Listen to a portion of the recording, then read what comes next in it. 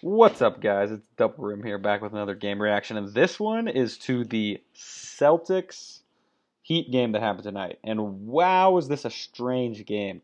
So, coming into the series, I'm just going to be honest here because I haven't made a video since then. I've said it in previous videos. I think the Celtics are going to win the championship. I'd rather the Warriors win it, but I think the Celtics will. And I personally, a lot of the media members out there and basketball analysts and whatnot have picked Celtics in seven, Celtics in six, a long series.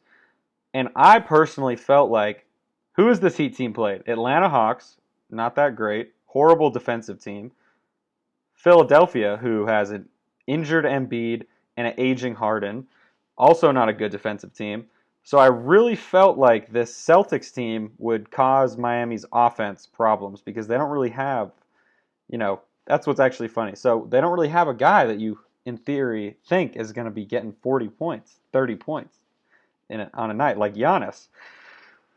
But Jimmy had like 40 points in this game, and he had 20 fucking free throws, which I will swear to because anytime a player gets 20 free throws, I'm appalled. That's just it. I'm appalled. There was a lot of ticky-tack fouls on Jimmy. I don't know why Jimmy gets this whistle. Like, why is Jimmy getting a whistle like fucking prime Michael Jordan? Like, this shit does not make sense.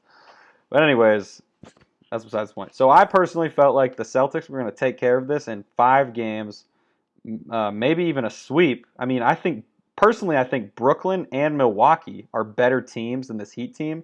I personally felt like um, the Celtics had already beaten the best two teams in the East, so I thought this would be a pretty easy series for them. And it started out looking like it. They were up 10 or 13 at half, and they were playing great defense. Miami couldn't get good looks. The only looks Miami was getting was in transition, right? Transition. This is a huge Warriors problem as well. Turning the ball over and letting the other team get easy transition buckets. And Miami Heat has really good defense. Everyone plays with a very high motor. They're all running all over the place, know exactly where to run. It's actually really impressive to watch because, they scramble a lot, but it's like everyone knows where to scramble. There was this one play where Tyler Hero stole or like deflected a pass out of bounds, but they actually called it out in Boston. But that's not the important part. Aaron Nesmith is coming over, and before Aaron Nesmith even knows where he's going to pass it, Tyler Hero understands that he needs to go to the corner to block that pass because that's the only option for Aaron Nesmith. And it was just like, that's kind of how the Heat defense works. Everyone just knows exactly where to run to, where to sprint to. They're super aware of lines of sight and things of that nature. So they're a really impressive defense, I'm not going to lie, but their offense is not. So, how did Jimmy Butler get 40 points? How did Miami score, well over 100? I don't remember the exact score. It was like 110 or so. And maybe 120, actually. It was like 120. They scored like 120 points. I personally do not think that's going to happen again the rest of the series.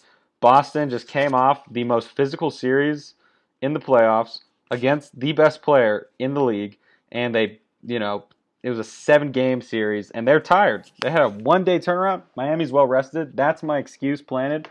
I do think this Celtics team is going to win in 5 games. I will, I've been wrong. I've been wrong about the Timberwolves series, obviously. That was one I felt strongly about. But I really feel like the Celtics team is going to win 5 games. They're going to win the next 4, and this game was an aberration, right? Why did the Miami Heat have so many points? Transition. Again, same thing. In the third quarter, the Celtics were just making lazy passes, horrible, like Warriors-esque passes, right? And the Heat just fucking got like 10 wide open layups because of it. And it gave them like a 20-point, or they went on like a 20-2 run or 22-2 run. And that's really the game right there. The Celtics did try to make a push late. The Heat responded. Max Strus hit some big shots. Give credit to that. But the third quarter is what really won it for them. The Celtics only scored 12 points, and the reason is because they turned the ball over. They didn't get any possessions to score. And also, they were making a lot of tough shots in the first half, so obviously that wasn't going to fall.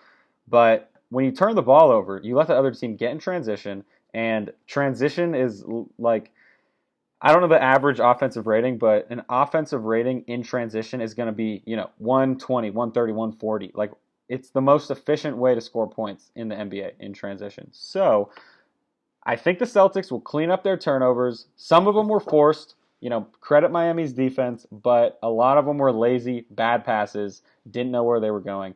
And also because Marcus Smart's injured, Robert Williams got injured in this game, and not necessarily injured, I don't know the updates on it, but he, bam, like drove by him and like ducked into his leg. And they called a foul on Rob. I don't know. I just did not like the Heat's whistle. Teams that get favorable whistles just automatically piss me off. Like when one team is clearly getting favored by the whistle, it just automatically pisses me off. And it felt like the Heat did tonight. Also, Boston missed a lot of free throws. That's on them. They got to make their free throws. But I will say, Celtics in 5, baby. All right, double rim out. That wasn't really the best game reaction.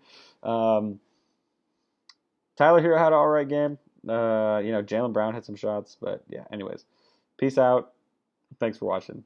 If anyone watches this, and I wouldn't expect people to. This is pretty low effort content. Pretty not the best content, but if I just post these doo-doo videos, and if I ever get 50 videos or views on a video, 50, I will buy a microphone and I will start writing notes while watching games, and I will start I'll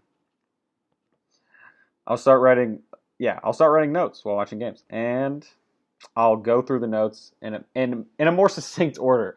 I think it would make more sense for me to go down by quarter, first quarter, second quarter, third quarter, fourth quarter. This is what happened, big picture of what happened, and then my own personal opinions. So anyways, peace out. Thanks for watching. Bye.